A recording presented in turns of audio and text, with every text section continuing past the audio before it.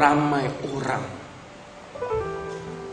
tersalah sangka tentang maksud ketenangan dalam hidup.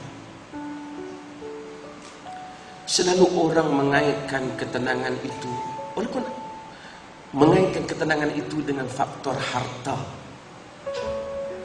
dengan faktor kekayaan. Walaupun itu boleh menjadi penyumbang, tetapi itu bukan segala-galanya. Betapa ramai orang yang berada dalam rumah yang besar, tidur di atas katil yang empuk, tetapi dia tidak lebih enak ataupun lenanya tidak nyenyak. Bahkan ada orang yang tidur di pondok buruk, kadang-kadang dia lebih lena daripada kita. Ada orang yang berada di hadapannya hidangan yang hebat, lauk pauk yang bagus, tetapi lidahnya tidak enak. Lebih enak lagi orang yang makan kadang-kadang dengan 1-2 mata lauk, tapi dia lebih sedap dan selesa makannya. Kata engkau, lihatlah bagaimana Allah membagi-bagikan nikmat. Semua orang sangka kalau orang tu ada rumah besar dan makanan yang sedap, tentulah hidup dia bahagia dan tenang. Belum tentu.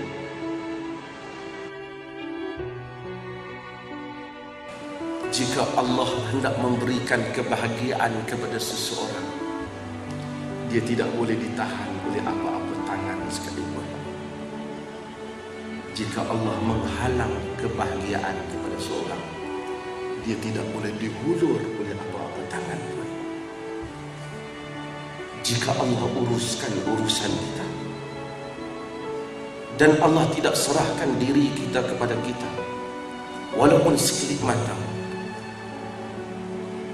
dunia boleh berbuat apa-apa, tetapi mereka tidak boleh mencabar kebesaran kerajaan Allah. Jika Allah mengatur untuk kita apa yang orang sangka tewas, kita akan melihat kemenangan dari sisi Allah. Apa yang orang rasa rugi, Allah akan memberikan keuntungan yang mana jalan-jalan manusia tak sangka, tetapi Allah boleh mewujudkan keajaiban dalam kehidupan.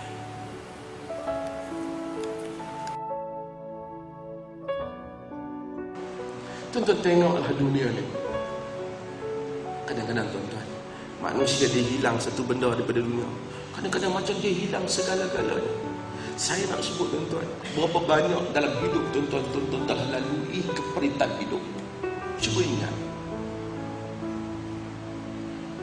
ketika kita kena keperitan, kita rasa kita tidak dapat keluar daripadanya.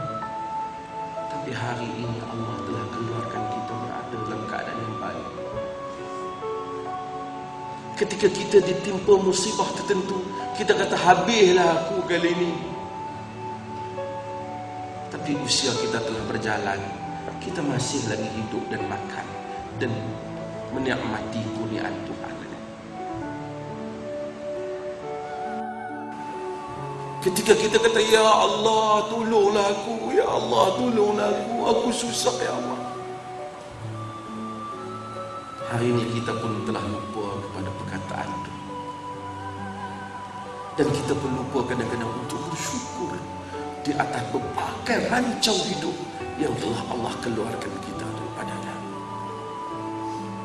Orang-orang yang diberitahu kepada mereka, Nuh, orang ramai sedang berkumpul untuk ambil tindakan kepada kamu. Nuh, orang nak ambil tindakan kepada hang. Nuh, orang nak ambil tindakan pada kau. Nuh, ada orang nak bertindak pada kau. Kata Allah, iman dia tambah. Bukan kita kata, pasal apalah Allah uji aku, apalah dosa aku. Dah. Kata Quran, iman mereka bertambah. Mereka kata, hasbunallah wa ni'mal wakil. Cukuplah bagi kami ni Allah, dialah sebaik-baik tempat diserahkan urusan. Siapa yang tidak melaluinya tidak akan memahami maksud ini. Orang-orang yang pernah hidup dan bertawakal, dia akan mengetahui tentang keajaiban tawakal. Bila hati insan bulat kepada Ya Rabb, inni fawwadtu hadza amri ilaik. Ya Allah, aku serahkan urusan ini kepadamu ya Allah.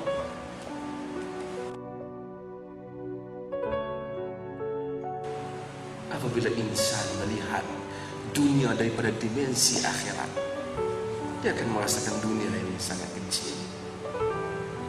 Kehidupan ini sangat luas. Nabi sebut dalam hadis yang diriwayatkan oleh Imam Muslim, Allah bawa pada hari akhirat asyaddan nas al-maut, manusia yang paling derita dalam dunia. Saya tak tahu manusia paling derita dalam dunia ni. Allah ambil dia, Allah masukkan dia ke dalam syurga. Fahumiza fil jannah, dia dimasukkan, dicelup masuk dalam syurga. Kemudian dia dikeluarkan. Lalu ditanya dia, ya fulan, hal marrat bika minal ba'saqat. Wahai fulan, adakah kau pernah rasa derita dalam hidup? Dia kata, tak. Ayo, aku tak pernah derita apa hidup. Hanya kerana masuk sekelip mata di dalam syurga, lupa cerita-cerita. Allah ambil manusia yang paling nikmat dalam dunia. Segalanya nikmat Allah masukkan. Fahumiza fil nar, dimasukkan dia secelup saja dalam neraka. Lalu dikeluarkan dia. Dia kata, hal marrat bika minan ni'am qat. Pernahkah kau merasai nikmat dalam hidup? Kata, aku tak pernah ada nikmat apa dalam hidup. Hanya dengan satu celupan dalam neraka, manusia lupa segala kisah nikmat dalam hidupnya.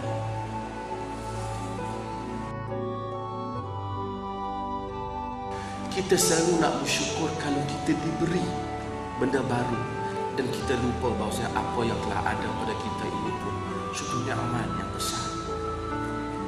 Suatu hamba Allah yang patah kakinya, yang dia tidak pernah pun sebut dulu, barangkali tak pernah teringat kat tentang nikmat kaki yang setiap hari dia pijak.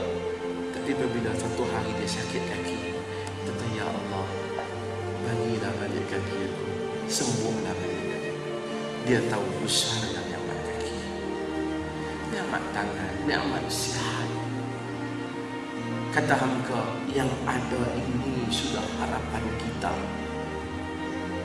Yang kita ada ni harapan kita. Tapi insan, bukan salah untuk kita mengharapkan yang belum ada, tetapi jangan lupa yang telah ada.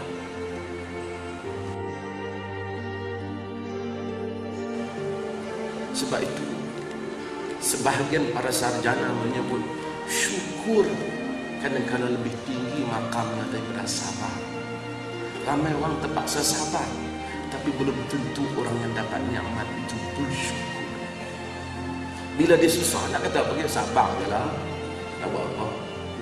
Tapi untuk jadikan orang yang memiliki harta seperti tuan, syukur di atas nikmat.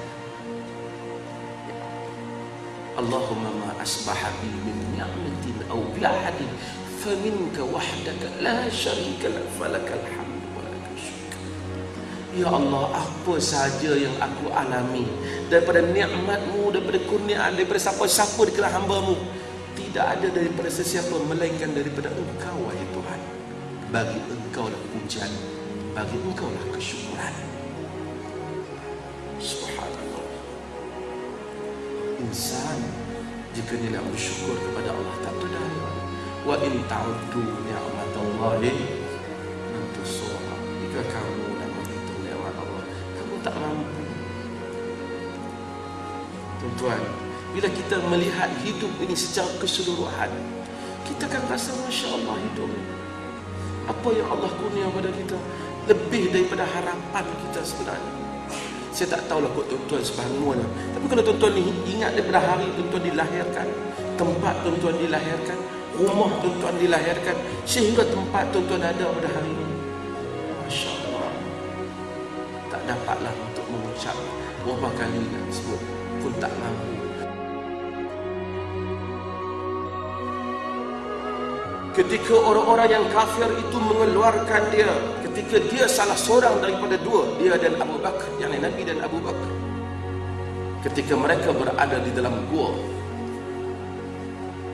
ketika dia berkata kepada sahabatnya, la tahzan innallaha ma'ana,